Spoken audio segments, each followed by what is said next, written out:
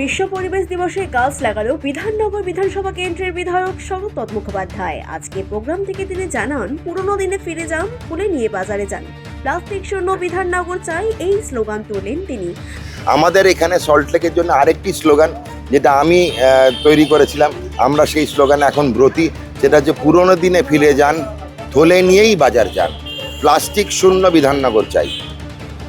আমার গতকাল থেকে সবাইকে সংকল্প, সবাই যেন এটা সামাজিক মাধ্যমে শেয়ার করে, পুরনো দিনে ফিরে যান, থলে নিয়েই বাজারে যান, আর প্লাস্টিক চাই না। যেখানে মাটি খুঁড়বেন, দেখছেন গাছ লাগানোর সময় যেখানে বৃক্ষরোপণ করছেন খুঁড়লেই প্লাস্টিক বেরোচ্ছে। এই প্লাস্টিক কিন্তু প্রত্যেকটা গালিপিট জমেছে। কোথা থেকে এই খবরটা পেলাম? আমরা যখনই দেখছি গালিপিট পরিষ্কার করছি, খালি বেরোচ্ছে প্লাস্টিক। বিধাননগরের জল নিকাশি ব্যবস্থা খারাপ বলবো না, খারাপ আমরা করেছি। আমাদের দায়িত্ব সেটাকে ঠিক করা।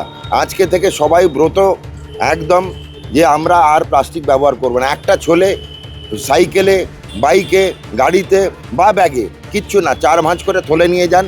সবাই এতদিন থলেতেই বাজার করেছি প্লাস্টিক আসার আগে। দয়া করে হাত জোর করে বিধাননগর নিবাসীকে যে প্লাস্টিক বর্জন করুন।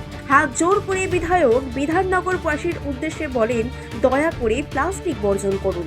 ব্যুরো রিপোর্ট, আরোহী নিউজ বাংলা।